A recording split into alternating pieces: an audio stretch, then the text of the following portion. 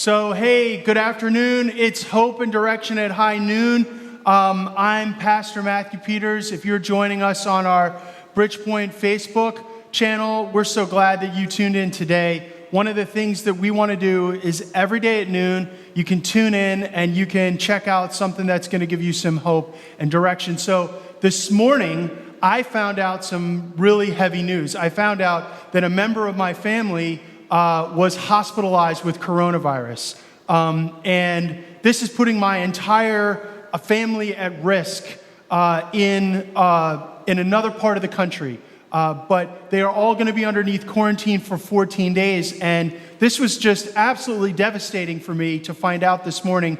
And it really shook me up. And I wanted to just take a moment and talk to people about what's happening in our country. What's happening in our country is truly a unique circumstance. And I'm not here to speculate on the politics of it. I'm not here to speculate on what the government should be doing. My purpose is just for us to get us to pause and say, hey, this thing is real, okay?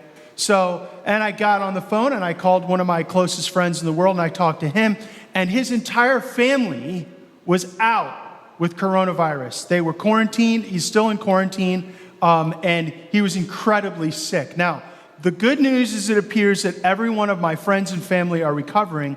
The hard news is that this is really coming close to home.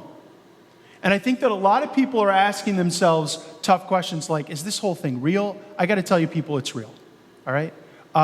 People are saying, well, what am I supposed to do? What we're supposed to do is we're supposed to keep our eyes fixed on Jesus. It's very difficult to do in a time like this, but we want to encourage people to keep your eyes fixed on Jesus. In fact, the scriptures tell us in Hebrews chapter 12, therefore, since we are surrounded by such great cloud of witnesses, let us throw off everything that hinders and the sin that so easily entangles, and let us run with perseverance the race marked out for us, fixing our eyes on Jesus, the pioneer and perfecter of our faith. For the joy set him before him, he endured the cross, scorning its shame, and sat down at the right hand of the throne of God. Consider him who endured such opposition from sinners, so that you will not grow weary and lose heart. I think one of the things that's so difficult for us is that when we hear hard news, or maybe some of you are just bored to tears. I don't know what your situation is, but it's hard for us to not grow weary and lose heart. And the scriptures encourage us that we're supposed to throw off anything that entangles and keep our eyes fixed on Jesus. Now, the question is, what does it look like to keep your eyes fixed on Jesus? What does it look like to keep your eyes fixed on Jesus? What it looks like to keep your eyes fixed on Jesus is to be able to get your mind right, to be able to get your heart right, to be able to say, Jesus, I'm going to listen to what you've said. Jesus, I'm going to think about the things that you've told me to think about. Jesus, I'm going to focus in on the truths. You know, one of the things that I had the privilege of is knowing an Olympic class runner. She ran for Canada, and at the peak of her form, she was in the top 10 mile runners in the whole world. And she just happened to be in our small group. And what a wonderful woman. I mean, godly, loved Jesus, incredible personality, super friendly. And let me tell you, she was a good baker. She ran like 10 miles a day. She could eat whatever she wanted, right? Okay, but one of the things that she talked about was race strategy. And whenever a runner goes into a race, if they don't get their mind right, if they don't have their head focused, if they don't think about, okay, if this person cuts me off, what am I going to do? If this person outpaces me and that's not the pace that I want to run, am I going to try to change my strategy and then try to adjust, or am I going to run my race? Now, here's the thing. There are so many things that are cutting us off. There are so many things that are totally unexpected. There are things that are happening to us, and Jesus says that he ran the race with perseverance and he endured to the very end. He's the great champion, and he tells us to run the race after him. There are all kinds of people around cheering us on. Did you hear that? That we are surrounded by a great cloud of witnesses. Who are these great cloud of witnesses? Well, most people think that they're the believers that went ahead that are in heaven in the spiritual realm watching us. And the question is, do you realize that there is a whole host of heavenly beings, including some of your loved ones and people that you know, that are watching you and cheering you on as you run this race? Now, I'll just be really honest with you.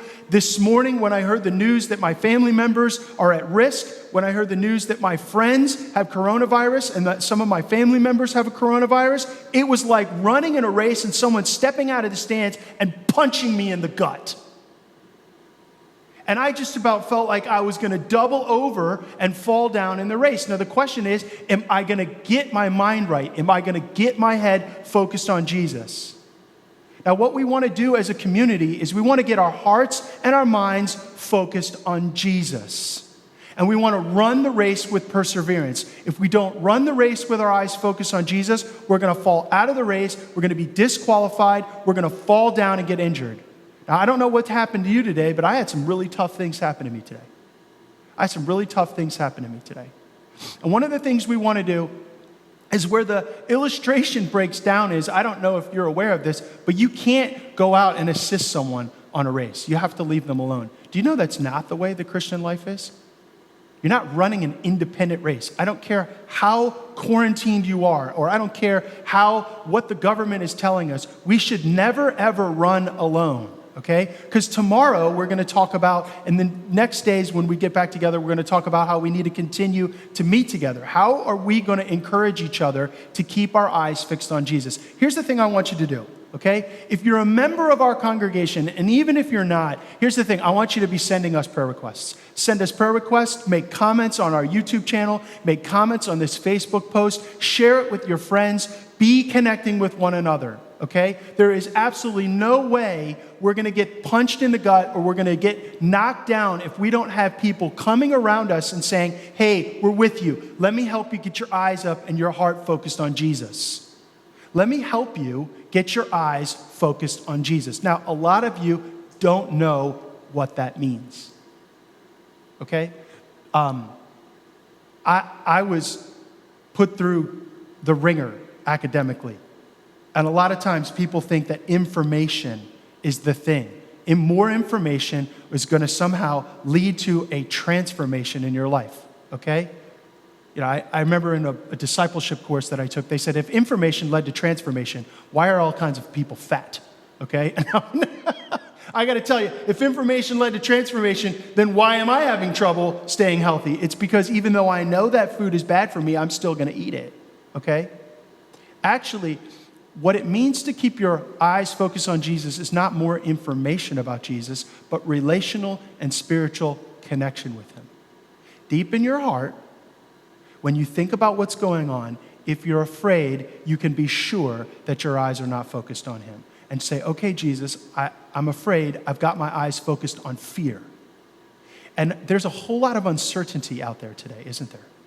There's tons of uncertainty. The only thing that we have for certain is that God is for us and nothing can be against us. That's the only thing that we have for certain, okay? In fact, death and taxes aren't even that certain anymore because you might not die because Jesus might come back and come get you, right? And you may not pay your taxes even though they're delayed in July because Jesus might come back. Do you see why I say that? There's only one thing certain in the world, and that is that God is for you so that nothing can be against you. Not death, nothing can be against you. Not coronavirus, not economic crashes, nothing can be against you. And if we keep our eyes spiritually focused on him, it's going to change the way we think. It's going to change how our hearts are feeling and responding. It's going to change how we act and how we speak. Okay? It's going to change things. We've got to get our eyes focused on Jesus. And what it means to get our eyes focused on Jesus is that we have a supernatural tuning in to him and say, okay, Jesus, what do you want me to do at this time? Okay, you guys know that I'm a high challenge guy, okay? Here's my high challenge. My high challenge is choose three people. Choose three people in your spiritual community to call them up and send them some encouragement. Choose three people to forward this video to and say, we got to keep our eyes focused on Jesus in this time. Choose three people that you're going to be able to daily encourage, okay? Now look, if you're not a member of Bridgepoint Church, you can still do this. The people who are in your small group, be calling them every day. For the people that you know are on the fringes, for folks you know are not involved in a small group, call those people. We've got to keep our eyes focused on Jesus. And one of the main ways we keep our eyes focused on Jesus is by picking each other up and helping each other look in the right direction. That's the kind of things we want to do today, okay? So a little bit of hope, a little bit of direction today. Want to encourage you to continue to reach out to 3 people today and help each other keep your eyes focused on Jesus. So continue to tune in at noon. We're going to try to be on YouTube and Facebook. I think there's so many people online that for some reason Facebook wasn't allowing us to, or Facebook was allowing us, but YouTube was not allowing us to live stream. We're going to try to post this video on YouTube later today. So we look forward to seeing you tomorrow at your Hope and Help at high noon. See you then. Bye.